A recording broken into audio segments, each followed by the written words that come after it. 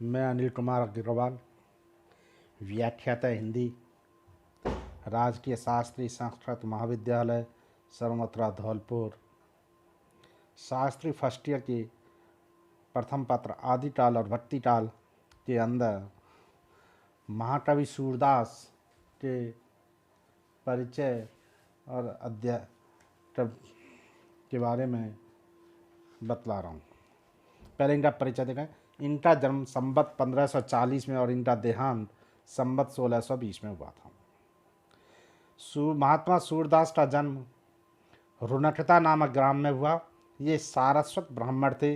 जन साधारण के अनुसार इन्हें जन्मांध माना जाता है, अर्थात ये जन्म से ही अंधे थे। इनके गुरु वल्लभाचार्य थे। बचपन से भगवान में इनकी आस्था थी। ब्रज में गौ घाटवा श्रीनाथ जी के मंदिर में रहकर श्री कृष्ण की भक्ति में तन्मय होकर के नित्य नए पद बनाकर भगवान को ये अर्पित किया करते थे और इनका यही प्रमुख कार्य था। ये रोज एक नया पद बनाते भगवान को अर्पित कर। इस प्रकार इनके लिखे हुए 1.25 लाख पद हैं। सूरसागर, सूरसारावली और साहित्य लहरी इनके प्रमुख काव्य ग्रंथ हैं। सूरदास का हिंदी साहित्य के भक्ति काल की सर्वणमयी शाखा के कृष्ण भक्ति के प्रमुख प्रतिनिधि और सर्वश्रेष्ठ कवि हैं। इन्होंने भगवान श्री कृष्ण की बाल लीला, रूप माधुरी, महिमा, संयोग, विप्रलंब, श्रृंगार, विनय तथा भ्रमर गीत प्रसंगों का विस्तार पूर्वक वर्णन किया और इनकी चर्चा की। इनके काव्य में वात्सल्य श्रृंगार रस की प्रमुखता है। बाल्यकाल और यौवनावस्था के जीवन की रमणीयता को इन्होंने नाना मनोरम परिस्थितियों के विशद चित्रण द्वारा दिखाया है। वस्तुतः सूर्य कृष्ण के अनन्य सखाते इनकी भक्ति सखा भाव की थी। अष्टछाप के कवि में सूर्य सबसे शिरोमणि हैं। इनके मुक्तक काव्य भी लिखे हैं। ये रीति काव्य के गायक थे। अब सूरसागर का पहला पद देखें। ऊदो अठियाँ अत अनुरागी इति तट मठ जोबित अरु रोबत भूले पल न लागी बिन पावस ऋतुआई देखत ही विद मान अब धो टहो तय चाहत हो छोड़स नीरस ज्ञान। सुन प्रिय सखा श्याम सुंदर के जानत सकल स्वभाव जैसे मिले सूर्य प्रभु हमको सो टहो करे उपाव। सूरसागर नामक इसके अंदर गोपियाँ श्री कृष्ण के अनन्य सखा उद्धव, जो कि ज्ञान मार्ग योग साधना के विद्वान थे। गोपियाँ एक निष्ठ प्रेम भाव रखने वाली सर्गुणमयी श्री कृष्ण की अनन्या भक्ता थीं। तभी उद्धव से कहती है कि हे उद्धव, ये ज्ञानवान की योग चर्चा को तो छोड़ दे। इसके बारे में गोपियाँ क्या कहती हैं। ऊदो अठियाँ अतो अनुरागी इट तट घाट जो बिटे और रोबत भूल नहीं पट पल न लागी। कि उद्धव, हमारी आंखें श्री कृष्ण के प्रति अतिशय अनुराग से परिपूर्ण हैं। अत्यधिक प्रेम के कारण यह उनसे प्रेम करती हैं। ये आंखें उनके दर्शन की लालसा से ही खुली हुई हैं। ये क्या भूल कर भी पलक नहीं लाती थी और लगातार एक तट भाव से इनके आगमन के मार्ग को अर्थात मथुरा से ब्रज की तरफ आने वाले रास्ते को ही देखती रहती हैं, निहारती रहती और आंसू बहाकर रोती रहती हैं। बिन पावस ऋतुआई देखती विद्वान अब दो कहा क्यों चाहतो छोड़त नीरस ज्ञान।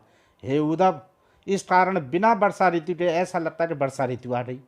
यह तुम प्रत्यक्ष सीधे देख लीजिए। ना मालूम अब तुम भी क्या कहना चाहते हो, अर्थात अब तुम हमारे प्राण लेना चाहते हो।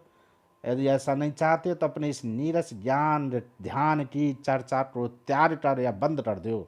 सूरदास जी कहते हैं, सुने प्रिय सखा श्याम सुंदर के जानत सकल स्वभाव जैसे मिले सूर्य प्रभु हमको कहो करे उपाव। क्या कहते हैं सूरदास जी? गोपियाँ कहती है उद्धव से, ये श्याम सुंदर के मित्र सखा, उन सभी तरह के स्वभावों से तुम परिचित हो, अर्थात तुम श्री कृष्ण के स्वभाव से अच्छी तरह जानते हो, परिचित हो। हे उद्धव, ऐसा कोई उपाय करो जिससे हमें श्री कृष्ण के दर्शन हो जाए, उनसे हमारा मिलन हो जाए। अगला देखे। उपमा एक न नैन रही कब जन कहत कहत सब आहे सुध कर नाही कही कहे चकोर विद मुठ बिन जीवत भ्रमर न बह उड़ जात, हर मुठ कमल कोस बिछरे ते ठाले तत ठहरात, खंजन मन रंजन नहीं होहे ये प्रभु नहीं अटुलात, पंट पसार न डोल होत चपल रत, हर समीप मुटुलात, ऊदो बदिट व्याध हो आहे, जो मरद क्यों न पलाए, भाट जाहे बन सघन श्याम में, झांकू संग न धाय, प्रेम न होय कौन विद कहिए, झूठे ही तन आड़त, सूर्यदास मीनता कछ इट जल भर न छाड़त। उद्धव सूरदास जी या गोपियाँ उद्धव जो श्री कृष्ण के अनन्य भक्त हैं,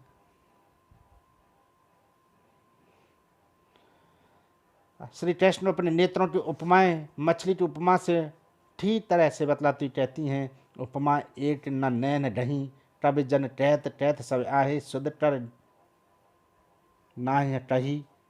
गोपियाँ कहती हैं नेत्रों की एक भी उपमा ठीक प्रतीत नहीं होती। कवियों ने क्या है, नेत्रों की कई उपमाएं प्रस्तुत करी हैं, किंतु वे समझदारी से प्रस्तुत की गई नहीं प्रतीत होती। क्योंकि कहे चकोर विद मुठ बिन जीवत भ्रमर न वह उड़ जात, हर मुठ कमल कोस बिछरे थे ठाले टल ठहरात। क्या कहती हैं गोपियाँ, नेत्रों को क्या चकोर की उपमा दे दी, चकोर से तुलना की जाती है किंतु वह ठीक नहीं। क्यों, चकोर पक्षी चंद्रमा को देखता है, वे श्री कृष्ण के मुख रूपी चंद्रमा के बिना भी जीवित है। नेत्रों को भ्रमर की उपमा दे दी तो ये भी सही नहीं है, क्योंकि भ्रमर तो कमल कोश में जाकर बंद हो जाता है, किंतु ये हमारे नेत्र श्री कृष्ण के मुख रूपी कमल कोश में भी बिछोड़कर यहाँ पर व्यर्थ ही ठहरे हुए, इसलिए इन्हें भी। फिर खंजन मन रंजन नहीं होए, कहूँ न कहूँ अटुलात, पंथ पसार न होत चपल गत, हर समीप मटुलात। इन्होंने मृत के समान भी नहीं बतलाया जा सकता, ये मन को अच्छे लगने वाले खंजन पक्षी के समान भी नहीं,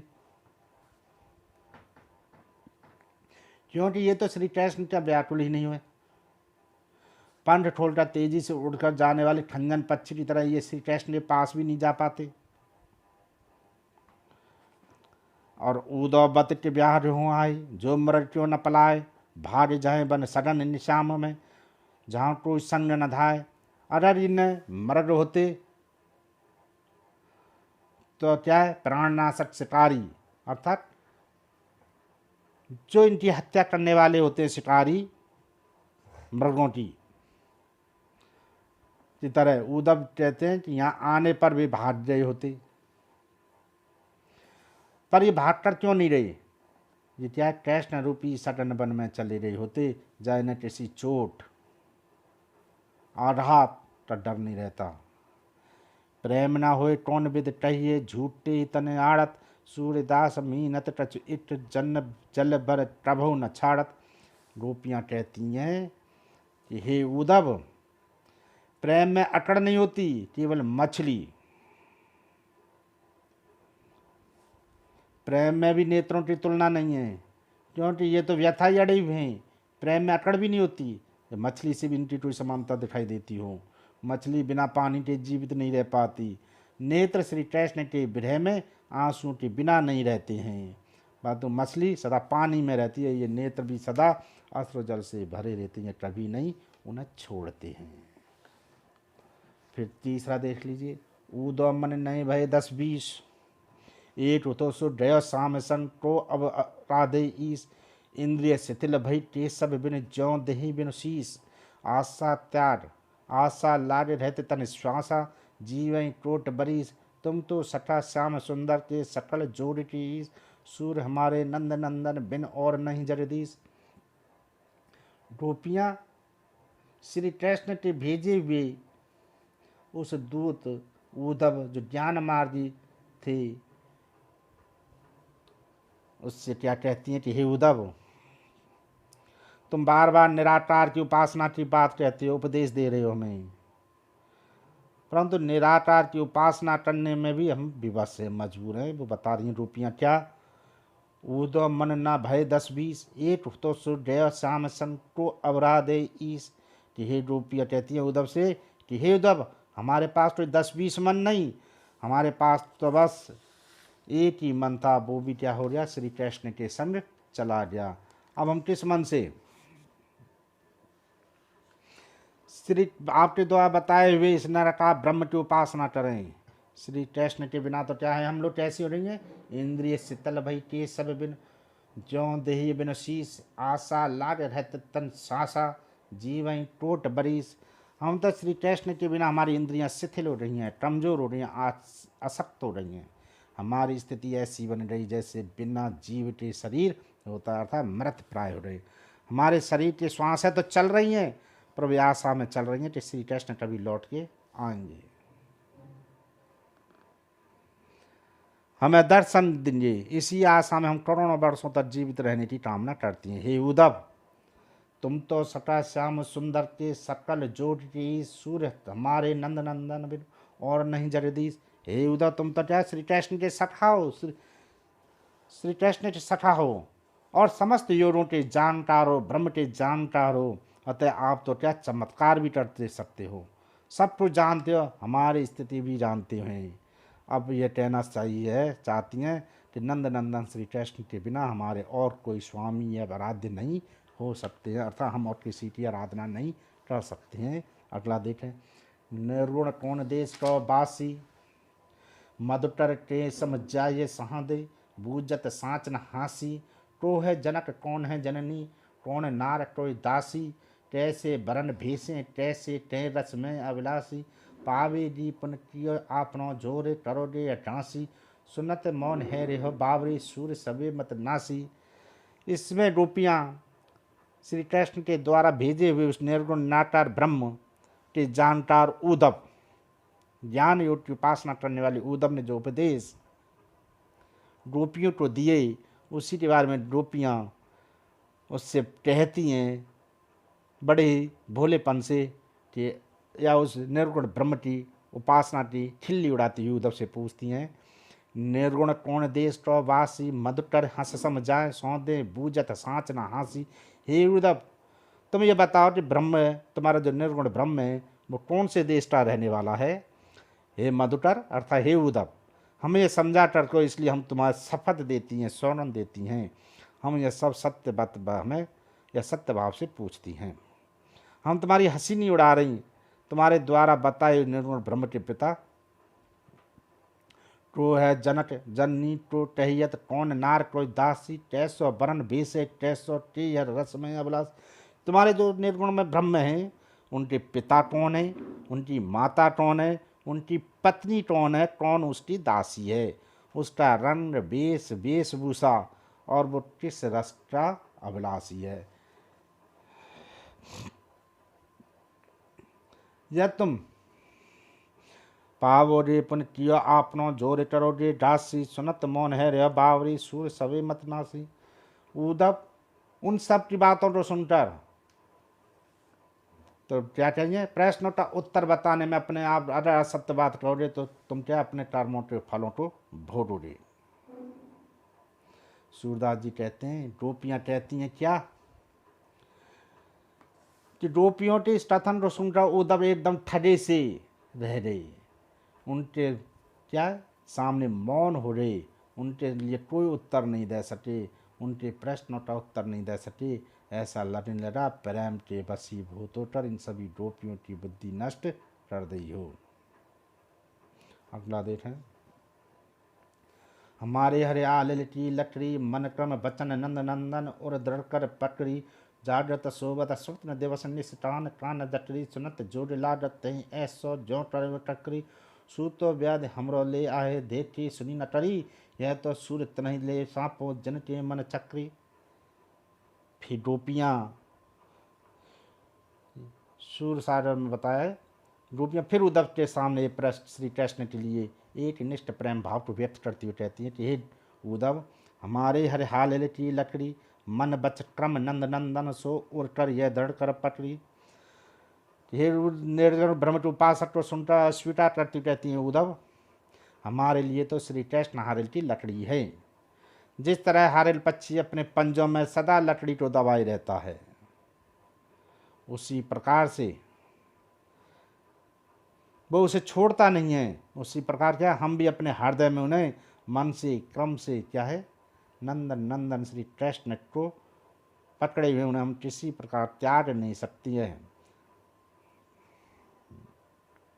जागत सोबत सपने जागत सोबत सपने सो तो कान कान जकरी सुनते जोड़ी लागत ऐसो वाले ज्यों टरम टकरी।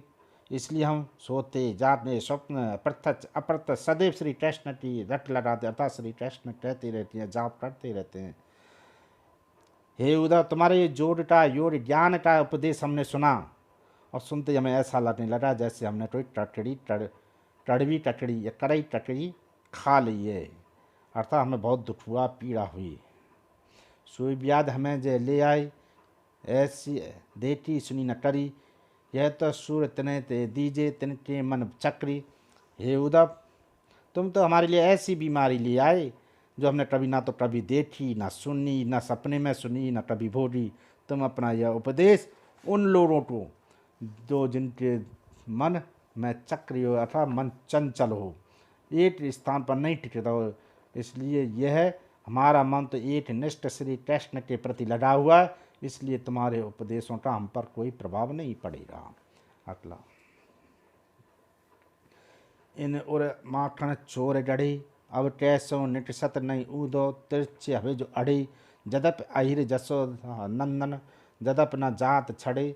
भाप बने जद वंश महाकुल हमें न लागत बड़े। तो वसुदेव देवकी है तो जने और बूझे। सूर्य श्याम सुंदर बिन देखे न तो ये सूझे। सूरदास के अंदर ये सूरदास जी गोपियाँ उद्धव से कहती हैं कि हमारे हृदय में तो श्री कृष्ण बसते हैं, हम उनके बिना उन्हें देखे बिना हमें चैन नहीं पड़ता क्या। और मैं माखन चोर डरे अब कैसे निश्चित नहीं ऊधो तिरछे हवे तो जड़े। हे रूपिया कहते हे उद्धव, हमारे हृदय में तो माखन चोर श्री कृष्ण जड़ गए हैं, स्थिर बैठ गए हैं। अब कोई भी उपाय नहीं जिसमें हम बाहर नहीं निकाल पा रहे, अगर उन्हें बाहर निकाल दें क्योंकि वे तुम्हारे हृदय में तिरछे अड़ गए हैं। यद्यपि जदपि अहिर जसोदा नंद नंदन जदप न जात छड़े। भाँ बने जद वंश महाकुल हमरत न लाडत बड़े। यद्यपि श्री कृष्ण जाति से अहिर हैं अर्थात हमसे भी छोटी जाति के हैं। अब उन्होंने क्या है छोड़ा नहीं जा सकता, हम उन्हें कभी छोड़ भी नहीं सकती। अब वे मथुरा में जाते यदुवंश के महान कुल के क्या हो रहे बड़े बन गए हैं, परंतु हमें तो वे अब भी जरे भी बड़े नहीं लगते, अर्थात वे अभी भी हमें छोटी जाति के ही लगते हैं। हम पहले की तरह उन्हें मानते हैं। को वसुदेव देव की है तो ना जने और बूझे। सूर्य श्याम सुंदर बन देखिए और न को ये सूझे। गोपियाँ कहती हैं कि मथुरा में जाकर कौन वासुदेव है, कौन देवकी है, कौन है ये। वासुदेव देवकी इनके माता पिता हैं, ये हमारी बात नहीं जानते, हम तो ये बात नहीं जानते, हम तो ना समझना भी चाहती हैं। सूरदास जी कहते हैं कि गोपियों ने उद्धव से कहा कि हे हमें तो श्याम सुंदर श्री कृष्ण को देखे बिना और भी कुछ भी नहीं सूझता है, हमें कुछ भी अच्छा नहीं लगता है। अगला देखें, मधुकर श्याम हमारे अचोर मन हर लिए तन्नट चित्त बने में। चप्पल नैन किए कोर पकड़े होते हृदय और अंतर प्रेम प्रीत किए जोर। ड्रे छड़ाए तोरे सब बंधन तेरे झांसन अकोर। चोट परी जानत निस बीती दूत मिल्यो इट भोर। सूरदास बरबस लूट्यो नागर नवल किशोर। सूर सागर में फिर ब्रहवर्णन में ही बतलाया है। श्री कृष्ण के मादक आकर्षण को देख के उसके प्रभाव को देख कर गोपियाँ भ्रमर के माधव से उद्धव से क्या कहती हैं भ्रमर गीत में से, हे उद्धव मधुकर श्याम हमारे चोर मन हर लियो तनक चित्त बन में। चप्पल नैन की टोर। हे मधुकर ये उद्धव श्री कृष्ण हमारे चोर हैं, उन्होंने अपनी मधुर छवि से चंचल नेत्रों के चितवन से कटाक्षों से हमारे मन को हर लिया है। जब उन्होंने हमारा मन चुरा लिया तो हमने भी उन्हें प्रेम के वशीभूत होते अपने हृदय पकड़े होते हृदय और अंतर प्रेम प्रीत के जोर। दे छड़ाए तोरे सब बंधन दे दे हाँस ने अटोर। तो हमने भी क्या कर लिया, उन्हें अपने प्रेम के स्नेह के बल से पकड़ कर अपने हृदय के भीतर बंद कर लिया, अर्थात उनकी मन को मोहने वाली माधुरी मूर्ति को अपने हृदय में दृढ़ता साथ स्थापित कर लिया। परंतु वे हमसे भी अधिक चतुर और शक्तिशाली निकले। वे प्रेम के स्नेह के सारे बंधनों को तोड़ के छिन्न भिन्न करके स्वयं को हमारे बंधनों में छुड़ा कर ले चले गए और बदले में हमें भेंट स्वरूप अपनी मंद मुस्कान दे गई। अर्थात उन्होंने हमारे प्रेम पास से समटो ठुल्ला मुक्त कर लिया। मथुरा जाते समय और मंद मुस्कुरात कर देखते चले गए। चाट परी जानत निस बीती दूत मिलो इट भोर। सूरदासपुर बरबस लूटियो नागर नवल किशोर। सूरदास जी कहते हैं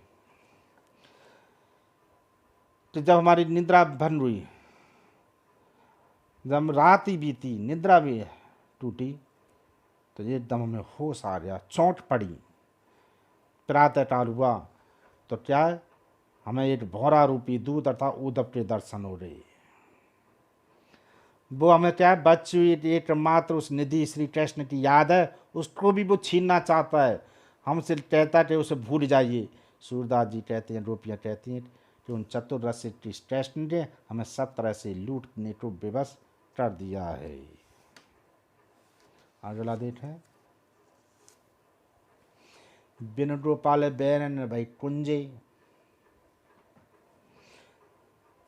तब वे लता लतिन तब न शीतल, अब भाई विषम ज्वाल के पुंजे। वृथा बहत जमुना खट बोलत, वृथा कमल फूलन अल डुंजे। पावत पान रन सार सजीवन, दत्त सुत चरिन भान भई भुंजे। यह ऊदो टइये माधो सो मदन बार मम लुंजे। सूरदास फिर तुमरे दरसटो मर जो वत अखियाँ भई डुंजे। इसमें गोपियाँ श्री कृष्ण के विरह में अत्यंत पीड़ित हैं, बार बार उनको याद करती हैं। इनकी उसी मनोदशा के बाद का चित्रण किया है। सूरदास जी ने कहा है, बिन गोपाल बैन भई कुंजे, तब भी लता लत तन शीतल, अब भाई विषम ज्वाल के पुंजे। विरह विता से पीड़ित गोपियाँ कहती हैं कि प्रीतम श्री कृष्ण के बिना क्या है, सरस क्रीड़ाओं के आधार पर ये कुंजें आज क्या हो रही हैं, हमारी शत्रु हो रही हैं। संयोग काल के समय में ये क्या है, ब्रज की लताएं अत्यंत हमें आनंद देती थीं। अब ये विरह दशा की क्या है, प्रचंड ज्वालाएं के समान दिखाई देती हैं। व्यर्था बहत जमुना खट बोलत, व्यर्था कमल फूलन अल डुंजे। पवन पान घन सार सजीवन, दर्शुत टरन भान भई भुंजे। यमुना का स्वच्छंद प्रवाह, कोयल की मधुर स्वर लहरियाँ, पक्षियों का बोलना, कमलों का खिलना, भौरों का क्या होना, टलटलाना, अभी हमें समय व्यर्थ पीड़ा देते हैं। शीतल पवन, शीतल जल, कपूर और अमृतमय चंद्र ने भी हमें क्या है, शीतल सुखदायी उपकरण आज हमें सूर्य की किरणों के समान प्रज्वलित और पीड़ा देने वाले लग रहे हैं। ये ऊधो कहिए माधोसो मदन मार कीनी हम लुंजे। सूरदास को तुम्हारे दरस को मन जोवत अखियाँ भई डुंजे। उद्धव से कहती हैं गोपियाँ कि उस नंदलाल श्री कृष्ण से कहना कि कामदेव ने मार कर हमें शिथिल और कमजोर बना दिया है। सूरदास क्या कहते, गोपियाँ कहती हैं कहना कि प्राण वल्लभ श्री कृष्ण की हम बाह देख रही हैं, इंतजार कर रही हैं, नहीं तो उनके इंतजार करते हुए हमारी आंखें गुंजों के समान लाल वर्ण की हो रही हैं। अर्थात लाल जैसे बरसातकालीन लाल कीड़े होते हैं, वे लाल, ऐसी हमारी आंखें लाल लाल हो रही हैं। अगला लास्ट देखें।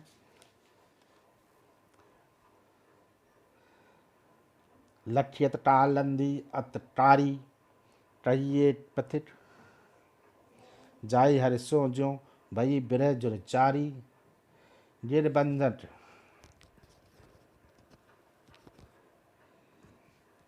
मनोपालिक में परी धरिन धर, तमें तलफ दन भारी। तटवार उपचार चूर मनो स्वेद प्रभाव पनारी। बिरलत कुज कास पुलिन मनो, पंकज कज्जल सारी। भ्रमर मनोमत भ्रमर चहु दिस, फिरती हैं अंग दुखारी। निषदिन चटई व्याज बकत मट, किन मारन अनुहारी। सूर्यदास प्रभु जो जमुना गत सो गत भई हमारी। सूरदास जी सूर सागर में गोपियों की उस विरह दशा का वर्णन करते हुए यमुना के रूप दिया है। गोपियों के विरह संदेश को व्यक्त करते हुए क्या क्या है इसमें, लक्ष्यत टालंदी अत तारी, कहिए पतित जाय हरिसों ज्यों भई विरह जुर जारी। गोपियाँ कहती हैं किसी पथिक से, उद्धव से, कि यमुना नदी अत्यंत काली दिखाई दे रही है। हे पथिक, तुम श्री कृष्ण के पास जाकर यह कह देना, यमुना की तुम्हारे विरह ज्वार में रूपी ताप से संतप्तों की टाली पड़ गई है। यह यमुना मानो धरती रूपी पलन पर पड़कर नीचे धंसती हुई अपने तन रूपी तड़पन से व्यथित तो शरीर वाली हो रही है।